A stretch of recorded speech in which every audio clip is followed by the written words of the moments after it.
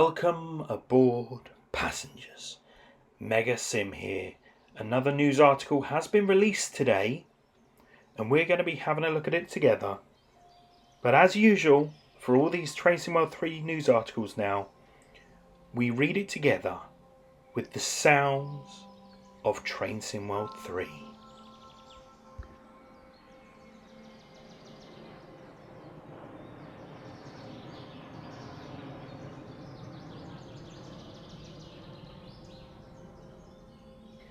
Now before we start, we just want to say, spoiler alert, there's going to be a lot of detail all about Southeastern Highspeed.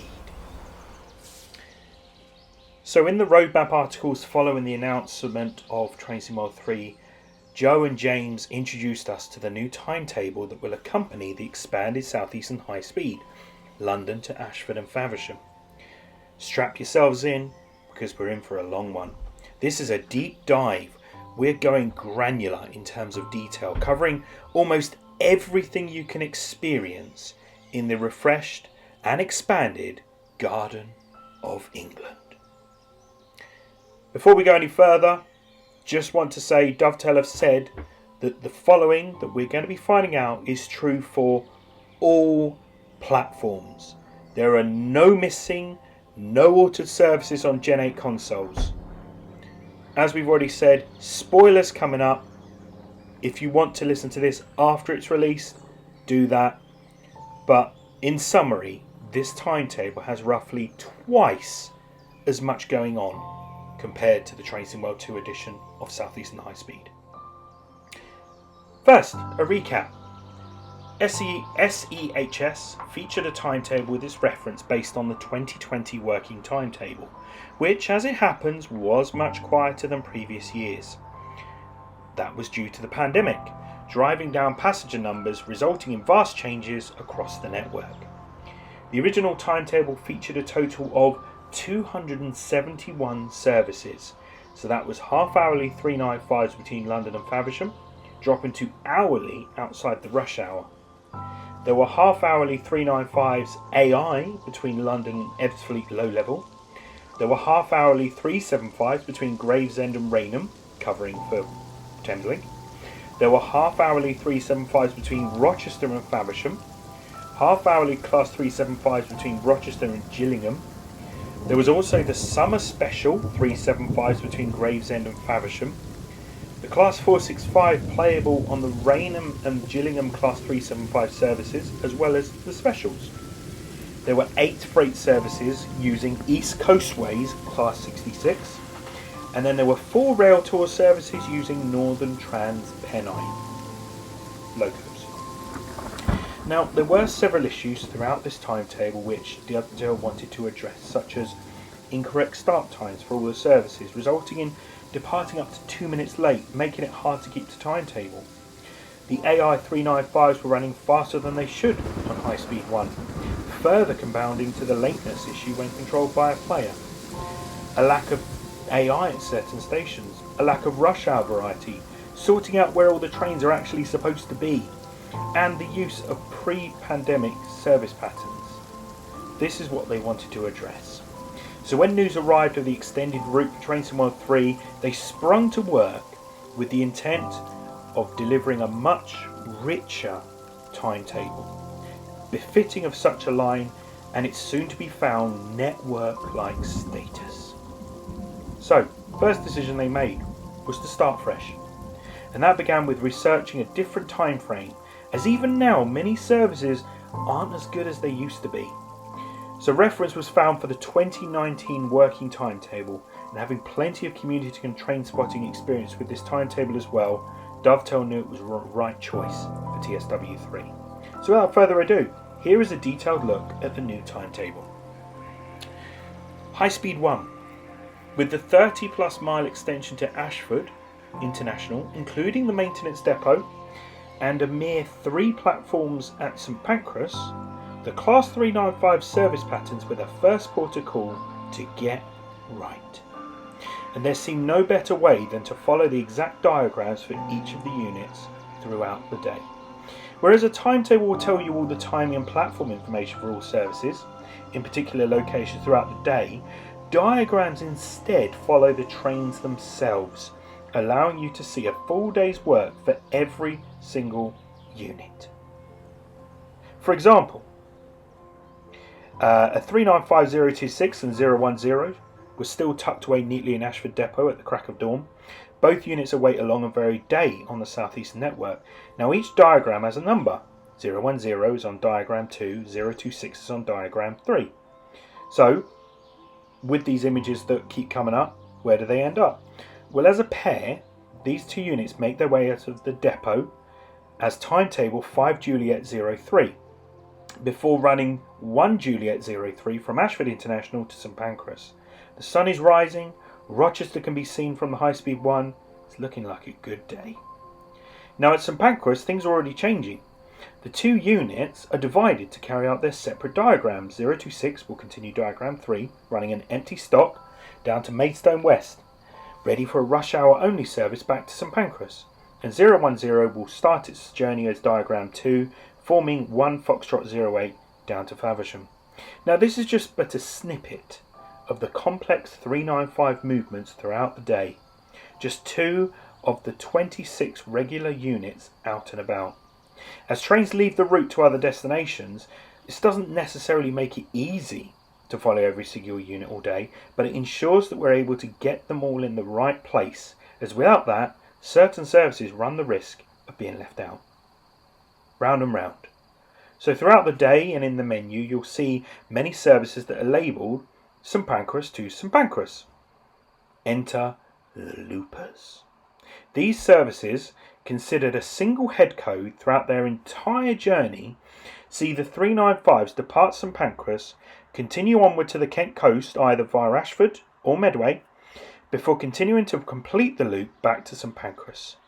For these services, it is imperative to check the descriptions so you know what you are driving, as St Pancras to St Pancras can mean St Pancras to Faversham, and then, not within the level of course, onward to Ramsgate, Dover, Folkestone, and then Ashford back to St Pancras, or St Pancras to Ashford, then onward to Folkestone, Dover, then Faversham to St Pancras.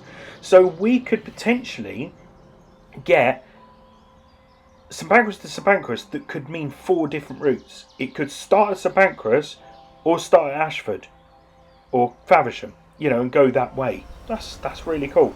Because the thing is that the timetable saying St Pancras to St Pancras may look wrong, but when you actually think of this, it actually does make a bit more sense. It would make much more sense if Dovetail completed the whole loop, but we won't go there. TSW4, maybe an extension of an extension? I don't know. Anyway, it is common for the onboard and station passenger information screens to display an intermediate station for ease of navigation. Otherwise, it can be very confusing at stations such as Stratford International, where both platforms say St Pancras. One takes 7 minutes, the other takes 3 hours. Therefore, you can expect to see trains to say destinations such as Ramsgate, Sandwich or Folkestone on the front. And yes, with these services essentially doing a 180 turn, the units do stay the correct way around when they eventually come back onto the route. As alluded to already, the full diagrams also allow for unique services such as the Maidstone West shuttles, drivable as far as Strood.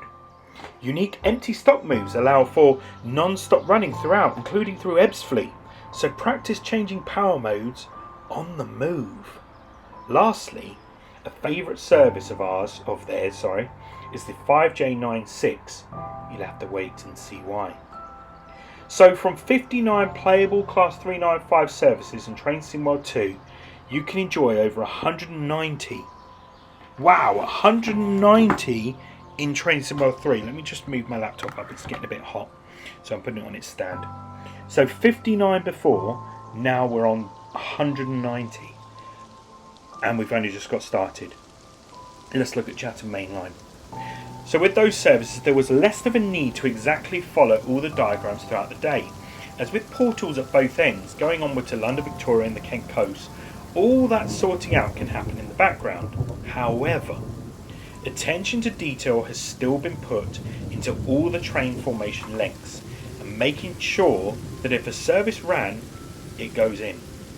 One big difference between the 2020 and the 2019 timetables is what a majority of the 2K headcode services do. So in TSW2, these services just ran the short hop between Rochester and Gillingham. But in Train Sim World 3, a majority of these are now Dover Priory services in the off-peak, increasing the amount of gameplay between Rochester and Faversham. These services are timed to be Class 465 operated, but 375s can run them too, whereas the more mainline services are 375 only. Let me just take a sip of tea. So with these images, 465914 is seen at Gillingham level crossing on 2K20 from London Victoria, bound for Dover Priory. A subset of 465 units were refurbished and fitted with first class, being reclassified from /2 to /9, as the addition of this creature comfort allowed them to perform long journeys such as this.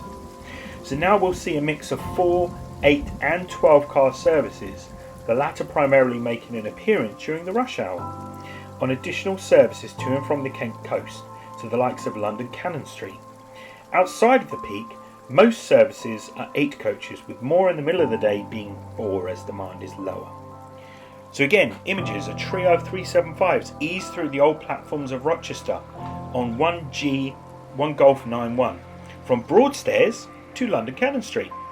The 375/9 is the high density model, featuring somewhat controversial 3+2 seating arrangements to pack people in by their hundreds.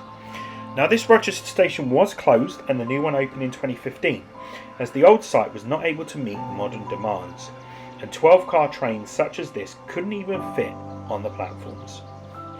Another crucial element to the Chatham Main Line is coupling and uncoupling, which happens in the rush hour at Faversham. Services from London divide, with each half going to Ramsgate and Dover Priory respectively, and vice versa.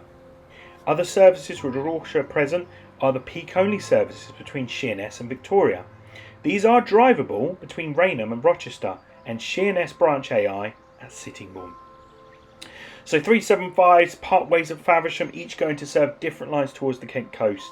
Now this happens at specific times of the day, so the easiest way to find them in timetable mode is search for the ampersand symbol when selecting a service.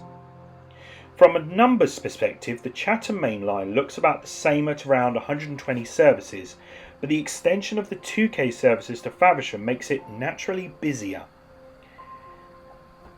Not to mention all the variety and added attention to detail, better recreating an accurate day on the route. Now, North Kent Line.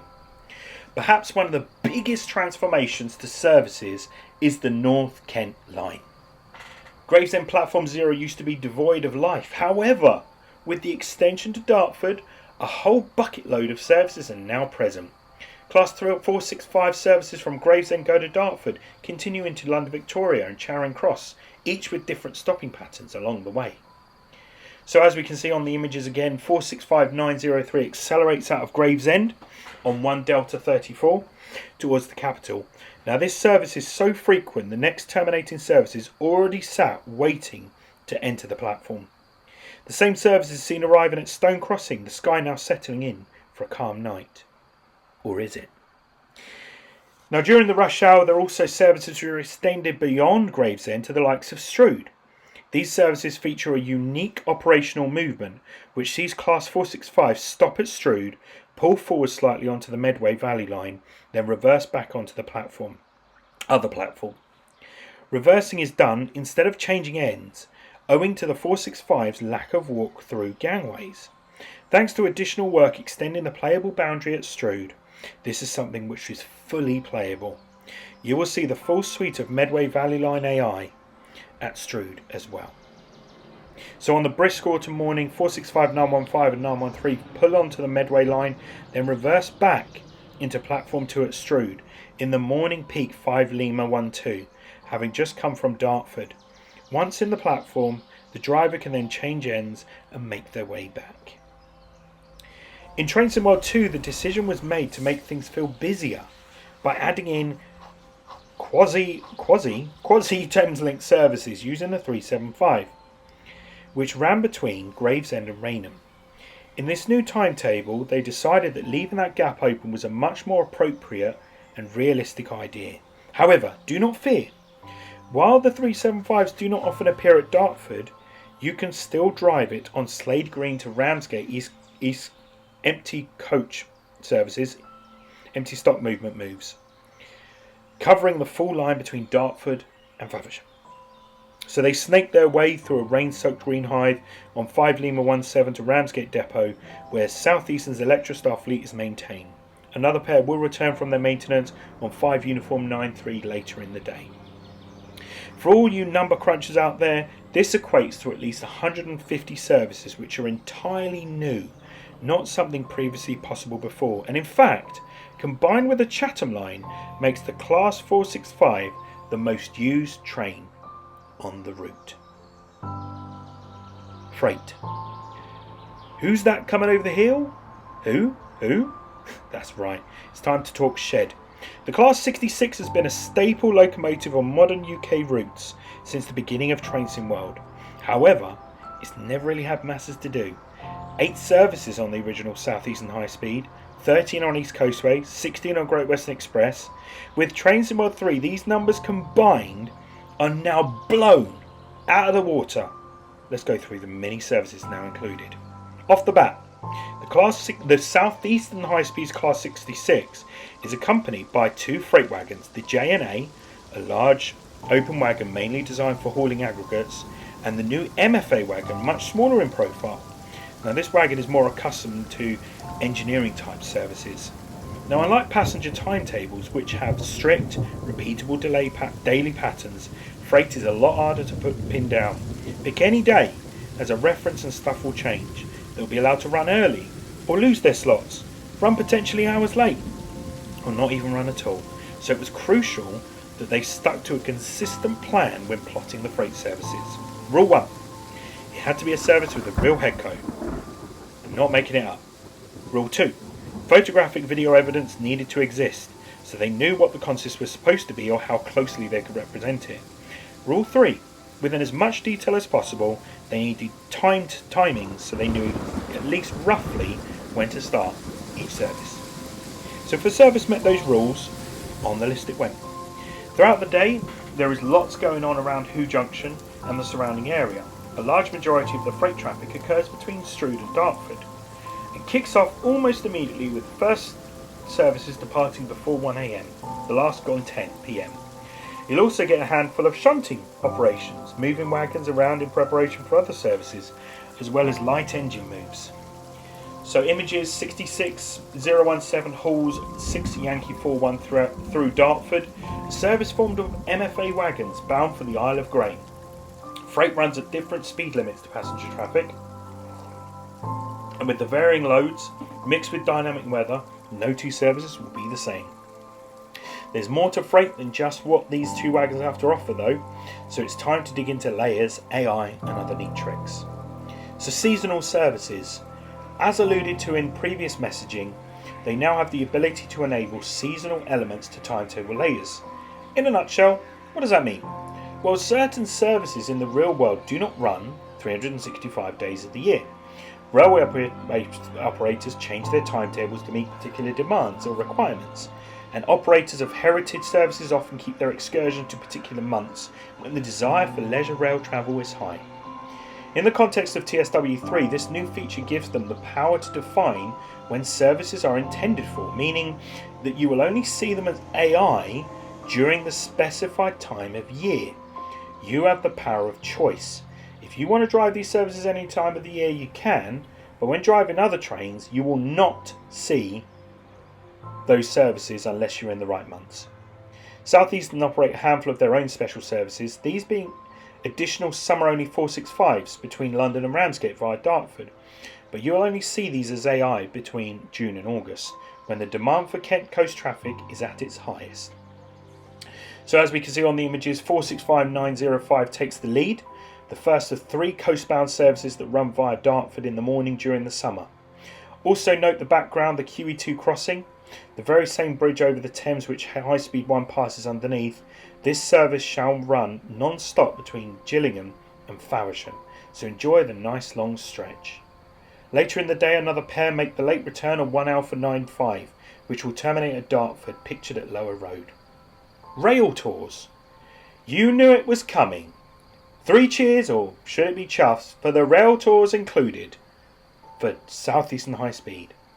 The Spirit of Steam, rather aptly named, makes use of the LMS Jubilee class locomotive and Mark I coaches included in Spirit of Steam Liverpool to Crewe.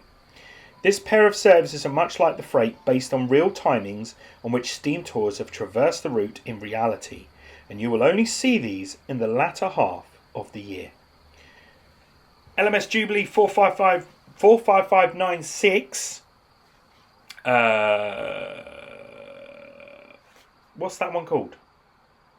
I had it in my head there. Bahamas. The outbound leg for the Spirit of Steam. This lunchtime service originated from London Victoria and traversed the Chatham Main Line, joining the route at Rochester. Later on, the train will return as 1 Papa 99, although its journey will take a slightly different path. The Charity Javelin. Yep, that's an EMU on a rail tour. Pays homage to the many fundraising tours the 395s have undertaken throughout the years. These tours are renowned for taking 395s off the beaten track onto routes they've never been on before. So as a result, this comparatively spends not much time on the route. But this gives you the freedom to take the 395 onto Scenario Planner, drive it on as many routes as you like before it returns to home territory. Their personal challenge to us: how many miles can you drive to fill the gap? 395015, today's charity ambassador, getting prepped for service in Ashford Depot. After a long day of Javelin touring, the unit passes through Rochester Platform 3. One has to be very keen to spend so long on these services. 12 plus hours on a commuter train seat is no easy task, but if they're lucky, they might be in for a trick or treat. Le Français formidable. Le Français formidable. Yes, it's a bit off the cuff, we know. However, with the extension of High Speed 1 and its 300 kilometre speed limit, it almost felt rude not to let you experience that thrill. Pitched as a two-pronged experiment, a total of 2 TGV duplex trains from LGV Méditerranée will appear in the middle of the day, only in March and April. One train is a playable train, offering a total of 4 rail tour services along the High Speed 1. The other is an AI-only test service, performing a non-stop run to London and back. And as we can see, the Rail Tour Duplex takes a rest break at Ashford International's Platform 4, while the doors cannot be opened to allow passengers to stretch their legs, as stepping onto this platform counts as breaching border control. They can at least enjoy the view of the test service as it races across Ashford flyover. Layered and AI freight. As mentioned earlier, there's more to freight than the included wagons. To further increase the variety of freight on the route, a selection of playable freight services are using rolling stock available from other add-ons. A series of 8 services are included, which operate between Hoo Junction, on the spur where the Isle of Grain branch splits off, and Dartford. So these services using the TEA wagon from the BR Heavy Freight Pack, and what that does is recreate the vital services which run between Grain and Heathrow Airport, delivering Jet A aviation fuel to power the many aircraft that take off every day. 4 services are loaded trains to Dartford, and the other 4 are empty trains heading back to Grain for refilling. While rather short in duration, these services pose a hefty 3,600 tonne challenge, particularly in bad weather. Another service which is included, 6 Victor 92, makes use of the HKA wagon found in Great Western Express. This rather unique 2-parter requires a reversal move before later making its way towards the tree. In all, including these layers, you can experience a total of 53 services with the Class 66. Pictures again. 66213 gradually eases its way onto the North Kent line, making liberal use of sand to try and retain grip on this snowy morning to Heathrow. All this weight being moved by a single loco, just to fuel a fraction of Heathrow's daily flights, an incredible feat of modern industry. Meanwhile, a double-headed 66 eases out of Hoo Junction on 6 Victor 92, onward bound for Tunbridge West Yard. Now the freight action doesn't stop there. They saw an opportunity to add freight throughout the route, further bringing it to life in ways never seen before. Several times a day, container trains using FKAs from Great Western Express race their way through Ashford International Station on their way to or from Dollond's Moor, a key staging point for freight between UK and France. This is, of course, accompanied by all-day Southeastern AI at Ashford.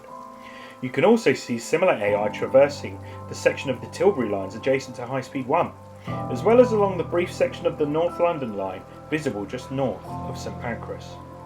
Static stock has also been placed in a few areas.